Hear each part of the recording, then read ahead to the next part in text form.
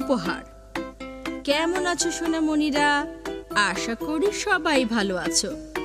আজকে আমি তোমাদের উপহার নিয়ে একটি গল্প শোনাবো। উপহার পেতে তো আমাদের সবারই ভালো লাগে। চলো গল্প শুনে দেখি চিকু কি উপহার পেল।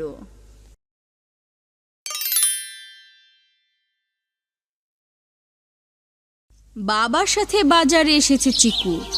বাবা বলল, চিকু, এখন ফলের মৌসুম, দেখো কত রকমের ফল। চিকুর খুব আনন্দ লাগছে। কত রকমের ফল সাজিয়ে বসে আছে দোকানিরা।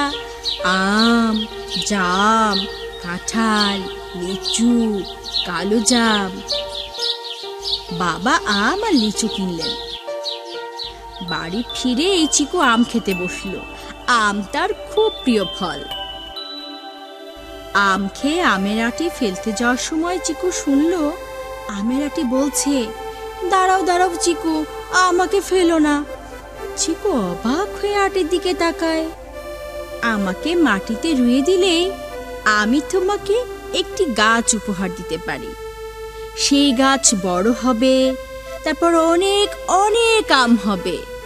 তুমি তখন গাছের ডালে বসে ইচ্ছা মতো আম খেতে পারবে। চিকু খুব মজা পায়।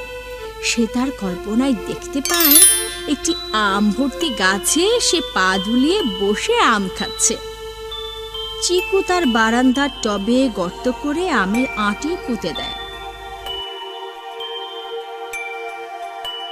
কিছুদিন যেতেই চিকু দেখতে পেল মাটি ফুঁড়ে একটি ছোট্ট চারা গাছ বেরিয়েছে।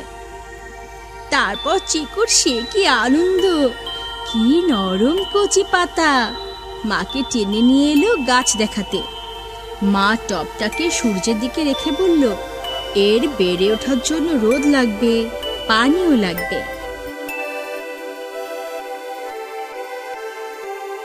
চিকু প্রতিদিন সকালে একটু একটু করে গাছে পানি দেয়।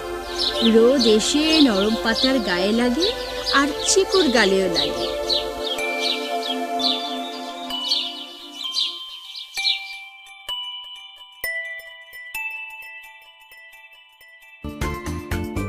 চিকু কি সুন্দর একটা আম গাছ উপহার পেল।